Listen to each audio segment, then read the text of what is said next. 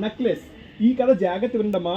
Necklace అనేది మనిషి అత్యాశ మరియు చిన్న అబద్ధం జీవితాన్ని ఎలా తలకిందులు చేస్తుందో చెప్పే ఒక చాలా పెయిన్ఫుల్ స్టోరీ ఇది. అంటే సింపుల్. ఇందులో మటిల్డా అండ్ లాయిజల్, మటిల్డా వాళ్ళ హస్బెండ్ లాయిజల్ 2 క్యారెక్టర్స్ ఉంటారు. అండ్ వాళ్ళ బెస్ట్ ఫ్రెండ్ అని మేడం ఫారెస్టర్, ఇలా 3 క్యారెక్టర్స్ ఉంటాయి. ఈ కథలో మటిల్డా ఒక నేచర్. మటిల్డా లాయిజల్ ఒక అందమైన స్త్రీ, చాలా అందంగా ఉంటుంది. కానీ ఆమె ఒక మిడిల్ క్లాస్ కుటుంబంలో పుట్టి పెరిగింది. తన దగ్గర ఖరీదైన బట్టలు ఉండవు, నగలేం ఉండవు. ఆమె ఎప్పుడు బాధపడుతూ వాళ్ళ హస్బెండ్ తిరుగుతూ ఉంటుంది. తన అందానికి తగ్గ జీవితం తనకి లేదు. ఎప్పుడు అసంతృప్తిగా ఆమె జీవిస్తూ ఉంటుంది. ఒకరోజు ఆమె భర్త ఒక క్లర్క్. ఆయన తన భార్యను సంతోషపెట్టడానికి ఒక గ్రాండ్ పార్టీకి ఇన్విటేషన్ తెస్తాడు. అప్పుడు డ్రెస్ పార్టీకి వెళ్ళడానికి మంచి బట్టలు లేవని ఆమె ఏడుస్తూ భర్తను తిరుగుతూ ఉంటుంది. అప్పుడు భర్త పొదుపు చేసుకున్న డబ్బులో 400 ఫ్రాంక్స్ ఇచ్చి, అంటే మనీ, ఫ్రాన్స్ కరెన్సీ ఇచ్చి డ్రెస్ కొనిస్తాడు. కాకపోతే డ్రెస్ అయితే ఇస్తాడు, దాచుకున్న డబ్బులతో వాళ్ళ భర్త. కానీ నెక్లెస్ కూడా అడుగుతుంది. నాకు నెక్లెస్ కూడా కావాలని చెప్తుంది. ఆ నెక్లెస్ కొనేంత స్తోమత అతనికి లేదు. నగలు లేవని మళ్ళీ బాధపడితే తన స్నేహితురాలు మేడం ఫారెస్టర్ దగ్గర నుండి ఒక డైమండ్ నెక్లెస్ అప్పుగా తీసుకుంటాడు. వాళ్ళ భర్త తీసుకుంటాడు.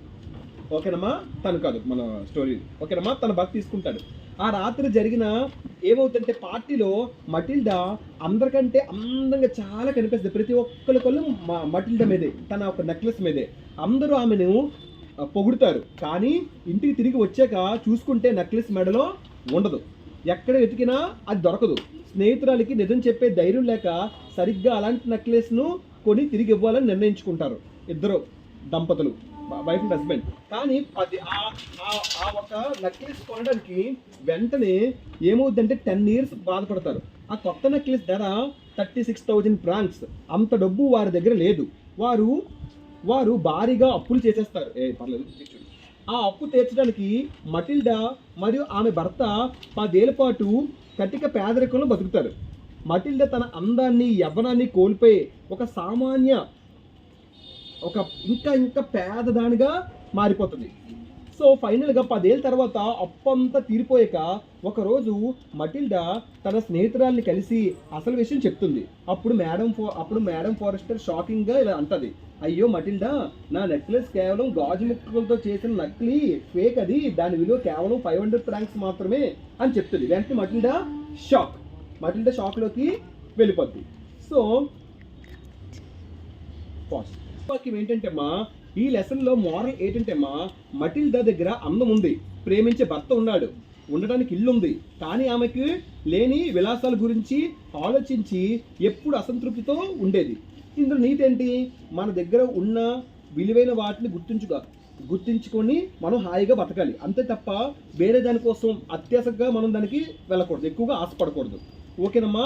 నెక్లెస్ పోయిన వెంటనే మటిల్డా తన స్నేహితురాలికి నిజం చెప్పుంటే 500 ఫ్రాంక్స్తో అయిపోయింది. కానీ నిజం చెప్పకపోవడం వల్లే ఇది జరిగింది. కాబట్టి చిన్న అబద్ధాన్ని కప్పడానికి చేసే ప్రయత్నం మన జీవితాన్ని నాశనం చేస్తుంది.